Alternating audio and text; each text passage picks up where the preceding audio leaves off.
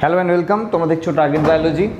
আমরা class 11-এর respiration যে চ্যাপ্টারটি রয়েছে প্ল্যান্ট ফিজিওলজিতে, সেই চ্যাপ্টারের মধ্যে রয়েছে এবং এর আগে আমরা বেশ কিছু ভিডিও আপলোড করেছি, মোটামুটি 3-4টে ভিডিও আপলোড হয়েছে। তো এক্ষেত্রে আমরা আজকে যে বিষয় নিয়ে আলোচনা করব সেটা হলো ইলেকট্রন ট্রান্সপোর্ট সিস্টেম। দেখো, আমরা প্রথম যখন শুরু করেছিলাম রেসপিরেশন, আমরা কিন্তু 4টে স্টেপে পড়বো বলেছিলাম। তো সেই 4টে স্টেপের মধ্যে অলরেডি কিন্তু 3টে স্টেপকে আমরা পড়ে ফেলেছি।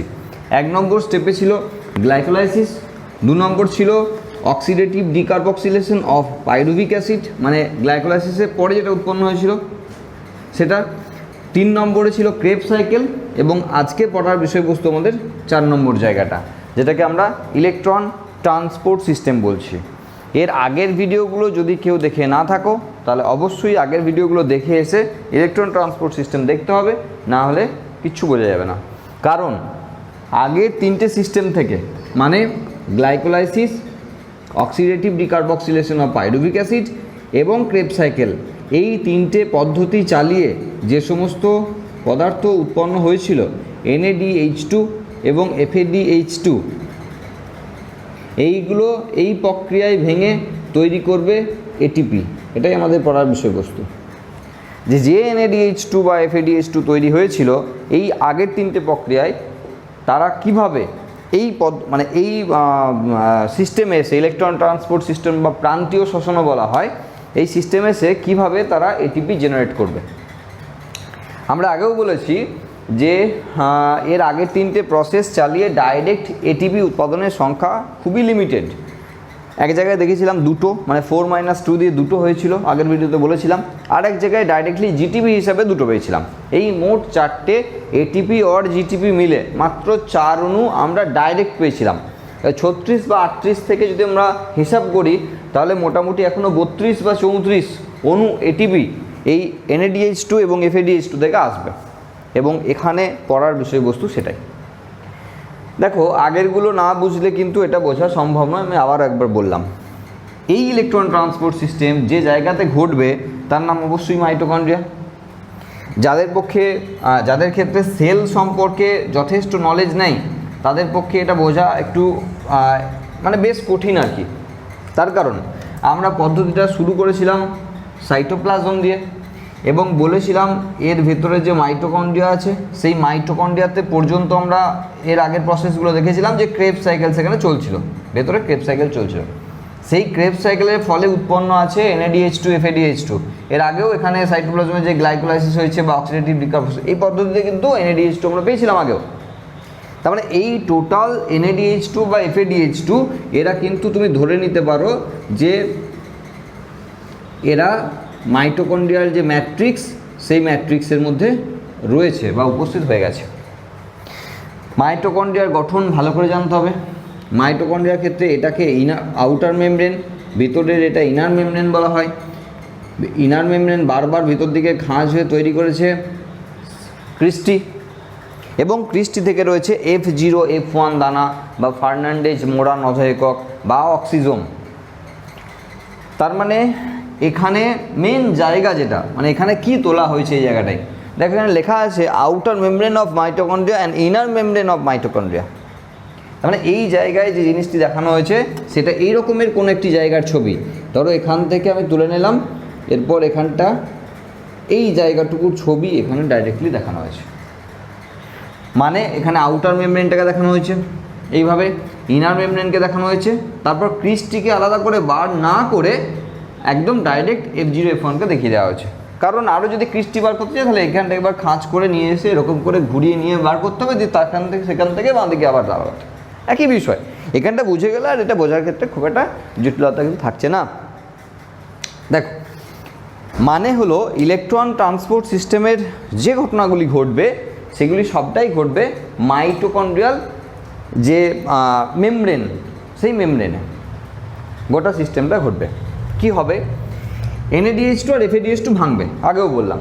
তার মানে এই ছবিটা আমি মুছবো, মাথার মধ্যে রেখে দাও, এই জায়গাটুকু তুলে আমাদের এখানে আঁকা আছে। এখানে আউটার মেমব্রেন, এখানে ইনার মেমব্রেন, 4টে স্টেপ, 4টে দেখো 4 জায়গায় 4টে পয়েন্ট করা রয়েছে রোমান হরফে, এবং তারপরে লাল রঙের একটা ছবি এখানে দিয়েছি। কি এগুলো? এগুলো হলো বিভিন্ন ধরনের প্রোটিন, বলতে পারো এনজাইম, যারা প্লাজমা মেমব্রেনে রয়েছে। প্লাজমা মেমব্রেন, অবশ্যই দেখো প্লাজমা মেমব্রেন মানে কি বলছি, এই আউটার মেমব্রেনটাও তো one type of plasma membrane. আমরা ফ্লুইড মোজাইক মডেল যেমন দেখেছিলাম, বলেছিলাম যত সেল অর্গানেল আছে তাদের যেমন মেমব্রেন হয়, সেটা সেলের বাইরের দিকে যে মেমব্রেন আছে একই রকমের। তাহলে এখানে বাইরের দিকে যে মেমব্রেন রয়েছে এবং ভিতর দিকে যে মেমব্রেন রয়েছে, সেই মেমব্রেনগুলোকে যদি আমরা ভালো করে দেখি, সেখানে কিন্তু সেই এই ছবিই পাবো এক একটা মেমব্রেনের জন্য। তাহলে যদি আউটার মেমব্রেন বলি, এটা একটা হলো। আবার ইনার মেমব্রেনের জন্য একইভাবে এইভাবে ছবি আঁকবো, অত জটিলতায় গিয়ে লাভ নেই। সেই জন্য আমরা কিন্তু একবারে ডাইরেক্টলি, মানে আমি বলতে চাইছি এরকম ডাবল মেমব্রেন হলো। তাহলে এই মেমব্রেনটা আমরা একটা লাইন এঁকেছি, আর এই মেমব্রেনটা আমরা আরেকটা লাইন এঁকেছি। মাঝখানে যে স্পেসটা পাচ্ছি সেটা পেরিমাইটোকন্ড্রিয়াল স্পেস। তার মানে এই জায়গাটার কথা বলছে, পেরিমাইটোকন্ড্রিয়াল স্পেস। ইনার মেমব্রেন এবং আউটার মেমব্রেনের মাঝখানে যে স্পেসটা রয়েছে সেটাকে বলা হচ্ছে পেরিমাইটোকন্ড্রিয়াল স্পেস। এই স্পেসটাকে আমাদের লাগবে।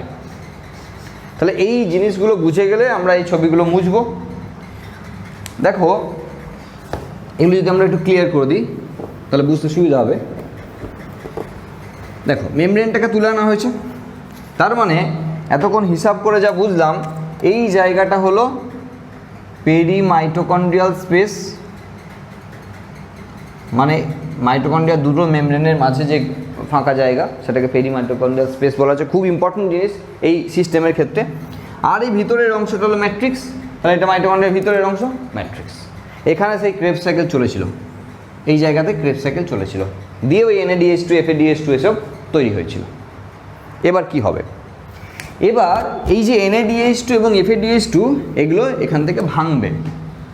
তার আগে বলি যে এখানে 1 নম্বরে যে প্রোটিনটা রয়েছে সেই প্রোটিনটা NADH ডিহাইড্রোজিনেজ, 2 নম্বরে সাকসিনেট ডিহাইড্রোজিনেজ, 3 নম্বরে সাইটোক্রম B6F কমপ্লেক্স এবং 4 নম্বরে সাইটোক্রম অক্সিডেজ।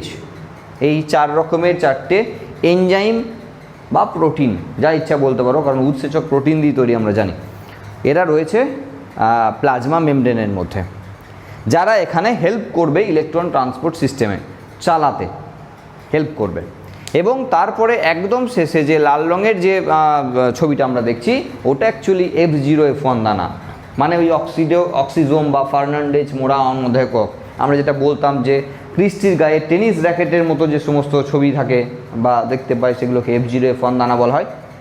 এটার ভালো নাম যদি বলি এটিপি সিনথেটেজ, কারণ এটা একটি এনজাইম প্রোটিন, যা ইচ্ছা বলো, যারা এটিপি সিনথেসিস করে, সেই জন্য এটিপিএজ বা এটিপি সিনথেটেজ এর নাম।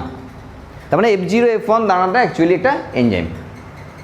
তাহলে এখানে 4টে এনজাইম প্রথমেই পাচ্ছি, আর তারপরে F0, এরকম হাজারে হাজারে আছে, এরকম F0F1 দানা হাজারে হাজারে আছে মাইটোকন্ড্রিয়াল ম্যাট্রিক্সে। সেটা আমরা মাইটোকন্ড্রিয়ার ছবি যখন আঁকি পরীক্ষার সময়, তখন আমরা দেখি যে প্রচুর F0F1 দানা এঁকে দিতে হয়। তাহলে এখানে একটাকে নিয়ে আমরা জাস্ট দেখছি, একটু ভালো করে বুঝবে কি হয়। আমরা আগেই বলেছি এখানে মেন বিষয় হলো FADH2 এবং NADH2 এই দুটো ভেঙে যাওয়া, কারণ এটিপি জেনারেট করতে গেলে দুটো ভাঙতেই হবে। এই দুটো ছিল কোথা থেকে, আমরা ওখানে পড়েছিলাম এর আগের প্রক্রিয়াগুলোতে, মানে গ্লাইকোলাইসিস, ক্রেবস সাইকেল, এই সমস্ত জায়গায় আমরা পড়েছিলাম যেখানে NAD ঢুকছে, NADH2 বেরোচ্ছে, FAD ঢুকছে, FADH2 বেরোচ্ছে। আর এখানে এসে সেই NADH2 ভেঙে NAD তৈরি হচ্ছে, আর FADH2 ভেঙে FAD তৈরি হচ্ছে। বিষয় হলো হাইড্রোজেনকে ক্যারি করে আনা, প্রোটনকে ক্যারি করে আনা, এইটুকুই জাস্ট উদ্দেশ্য, আর কিছু না। মানে ওখানে NAD প্রোটনকে ঘাড়ে চাপিয়ে নিয়ে এসে এখান পর্যন্ত এসে পৌঁছেছে, এবার এখানে ভেঙে প্রোটনকে দিয়ে দিল, ব্যাস। আবার NAD আবার ওই পদ্ধতিগুলোতে চলে যাবে, দিয়ে আবার NADH2 হবে, FAD চলে যাবে আবার ওগুলোতে, আবার FADH2 হবে। না হলে ওখানকার NAD FAD তো সাপ্লাই থাকবে না, তাই না? সবাই যদি পালিয়ে আসে আর কেউ যদি ফিরে না যায়, তাহলে NAD FAD পাবে কোথায় ওখানে? তাহলে ওই প্রক্রিয়াগুলোতে যে NAD FAD লেগেছিল সেগুলো এখান থেকে আবার ঘুরে যাবে, আবার NADH2 হবে, FADH2 হবে, তারা এখানে এসে আবার ভাঙবে। তাহলে একটা জিনিস আমরা পাচ্ছি, সেটা বুঝে গেলাম যে প্রোটন পাচ্ছি বা হাইড্রোজেন পাচ্ছি। এবার দেখো, যখন NADH2 ভাঙছি তখন আমরা যেমন করে NAD তো পাচ্ছি, তার সঙ্গে ধরো হাইড্রোজেন পেয়ে যাচ্ছি, সঙ্গে ইলেকট্রনটা তো অবশ্যই পাবো, কারণ আমরা পড়ছি ইলেকট্রন ট্রান্সপোর্ট সিস্টেম, না পদ্ধতির নাম রয়েছে ইলেকট্রন ট্রান্সপোর্ট সিস্টেম। তার মানে এখানে কিন্তু এনএডি যেমন পাচ্ছি প্লাস এইচ প্লাস পাচ্ছি প্লাস ইলেকট্রন, তাহলে এটাকেও আমরা এখানে কিন্তু দেখিয়ে দিতে পারি যে NAD plus H plus plus electron, এই জিনিসগুলো আমরা NADH2 ভেঙে পাচ্ছি। এবার কি হবে, যখনই এইচ প্লাসগুলো এখানে জেনারেট করছে, খুব ভালো করে মন দিয়ে শুনবে, যখনই এইচ প্লাসগুলো এখানে জেনারেট করছে সেই এইচ প্লাসগুলো সঙ্গে সঙ্গে চলে যাচ্ছে পেরিমাইটোকন্ড্রিয়াল স্পেসে।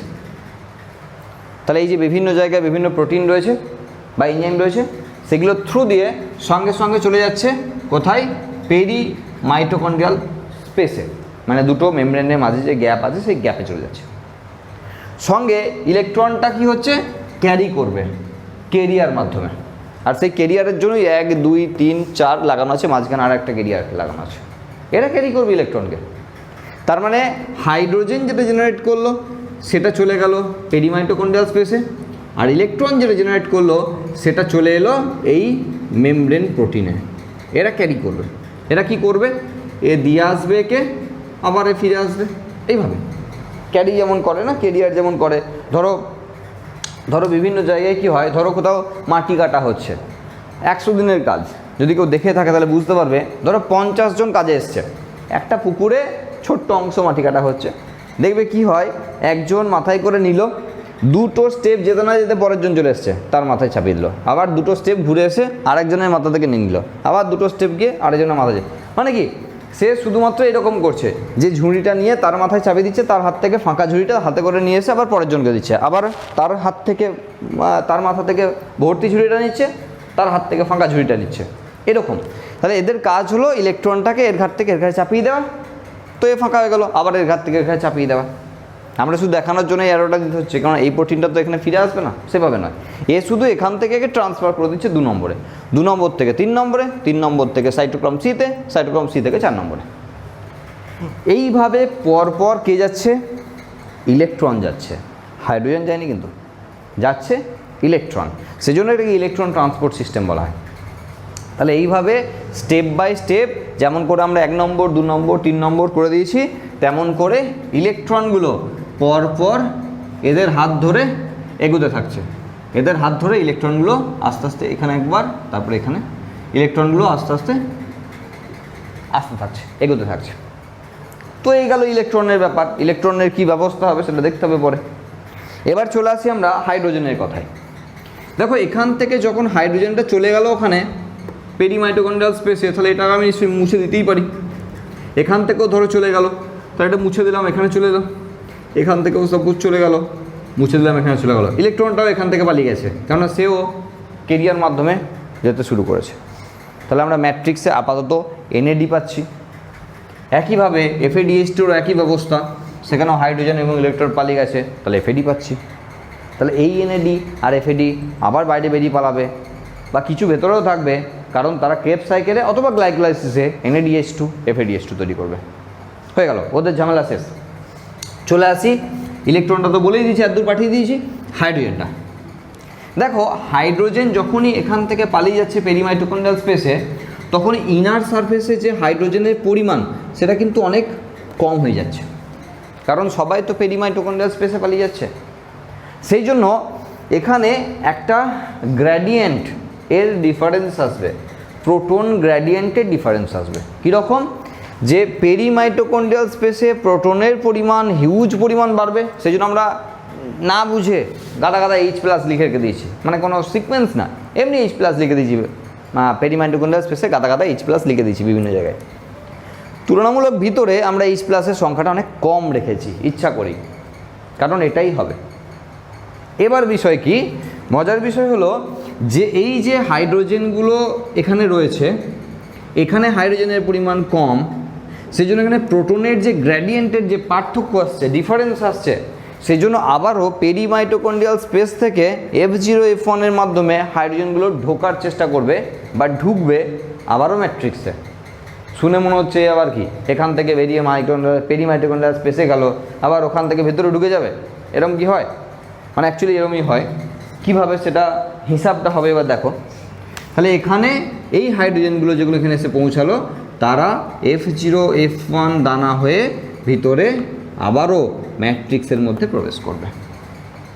তাতে কি হবে দেখো, তাতে আমরা যখন মাইটোকন্ড্রিয়া পড়েছিলাম ক্লাস মানে 11-এই যখন সেল পড়িয়েছিলাম, তখন তুমি মাইটোকন্ড্রিয়ার যে ভিডিও আছে সেখানে আমি মোটামুটি এতটাই ডিটেলসে বোঝানোর চেষ্টা করেছিলাম। এই যে F0 এবং F1 দানা, এখানে 9টা এবং 15টা টোটাল এতগুলো সাব ইউনিট আছে। A B C করে আছে 12A 2B 1C, টোটাল এরকমের 15টা। এরপরে তোমার alpha beta gamma delta epsilon এরকমের 5টা সাব ইউনিট আমার ছিল। তাহলে A B C 3টে সাব ইউনিট, আর alpha beta gamma delta epsilon এরকম করে 15টা। টোটাল এই সাব ইউনিটগুলো দিয়ে তৈরি হয়েছে F0 এবং F1। F0টা টোটালি দুটো যে মাইটোকন্ড্রিয়াল যে মেমব্রেন রয়েছে সেই মেমব্রেনের মধ্যে রয়েছে গাঁথা, আর ভিতর দিকে ম্যাট্রিক্সের দিকে মুখ করে রয়েছে F1 যে দানা, টেনিস র্যাকেটের মতো মোটামুটি দেখতে, সেই জন্য বলা হয়। এবার কি হবে, এই যে জায়গাটা আমরা দেখছি না, এই যে জায়গাটা দেখছি, এখানে অ্যাকচুয়ালি 9টা পোর্শন, যেমন বললাম 9টা এবং 15টা পোর্শন রয়েছে, তাহলে এখানে পুরো 9টা পোর্শন রয়েছে। একটু ভালো করে বুঝবে, এই জায়গাতে প্রত্যেকটা জায়গাতে একটা করে, ধরো সাপোজ বোঝার জন্য বলছি, একটা করে গ্যাপ আছে যেখানে হাইড্রোজেন বসতে পারে। কটা আছে টোটাল গ্যাপ? 9টা আছে, কারণ ওর সাব ইউনিট টোটাল 9টা, এর সাব ইউনিট টোটাল 15টা। দরকার নেই 9টায় হিসাব দেখলেই হবে শুধু। এবার কি, এখানে প্রত্যেক জায়গায় একটা করে হাইড্রোজেন বসে আছে আগে থেকেই, আমরা ধরেই নিলাম যে প্রত্যেকটা জায়গাতে একটা করে হাইড্রোজেন বসার জায়গা, একটা করে হাইড্রোজেন বসার জায়গা। 4টে দেখতে পাচ্ছি, বাকি ওইদিকে আরও 5টা আছে, 9টা। এবার যখনই একটা নতুন হাইড্রোজেন এখানে এসে ঢুকলো, তখনই পুরনো যে হাইড্রোজেনটা সেটা এখান থেকে ফুলে এখানে চলে এলো, বসে গেল ওখানে নতুনটা। পুরনোটা খুলে চলে আসবে, নতুনটা বসে যাবে। তার জন্য কি হবে, তার জন্য এই যে অংশটা F1 যে অংশটা, সেটা মোটরের মতো ঘুরবে। একটা যখন হাইড্রোজেন এখানে পড়ে যাবে, তখন মোটরটা একবার ঘুরবে, আবার একটা এসে পড়বে, আর একবার ঘুরবে, আবার পরের একটা এসে পড়বে এখানে, আর একবার ঘুরবে, এরকম করে কন্টিনিউ এরকম করে ঘুরতে থাকছে। যতগুলো এইভাবে আসতে থাকবে, পুরনো একটা পড়ে যাবে, নতুন একটা ওখানে বসে যাবে। তার জন্য এখানে একবার F1 যেটা, সেটা মোটরের মতো একবার করে ঘুরবে। এটাকে বলা হয় প্রোটন মোটিভ ফোর্স। হচ্ছে কি জন্য? গ্র্যাডিয়েন্টের ডিফারেন্সের জন্য। বাইরে গ্র্যাডিয়েন্ট বেশি, ভিতরে গ্র্যাডিয়েন্ট কম, সেই জন্য এই বিষয়টি বারবারই ঢুকবে। আর এখানে প্রোটন মোটিভ ফোর্স ক্রিয়েট হবে। এই যে ফোর্স ক্রিয়েট হলো, একটা বল এলো, এখানে কি হবে, এখানে সেলের মানে মাইটোকন্ড্রিয়ার ম্যাট্রিক্সের মধ্যে আগে থেকে উপস্থিত আছে ADP অ্যাডেনোসিন ডাইফসফেট, আর তার সঙ্গে আমাদের খাদ্যবস্তু থেকে গৃহীত ইনঅর্গানিক ফসফেট আছে, তৈরি করবে ATP অ্যাডেনোসিন ট্রাইফসফেট। তাহলে ডাইফসফেট ছিল, ট্রাইফসফেট সঙ্গে একটা ইনঅর্গানিক ফসফেটকে নিয়ে তৈরি করলো ATP। আমরা কিন্তু এতক্ষণ ধরে গোটা ডেসক্রিপশনে এটাই বোঝার চেষ্টা করছি যে ATP কীভাবে তৈরি হবে। এবার বিষয় কি দেখো, একটা জিনিস ভালো করে বোঝো, এই যে শক্তি, ATPর ক্ষেত্রে শক্তি কোথায় আছে?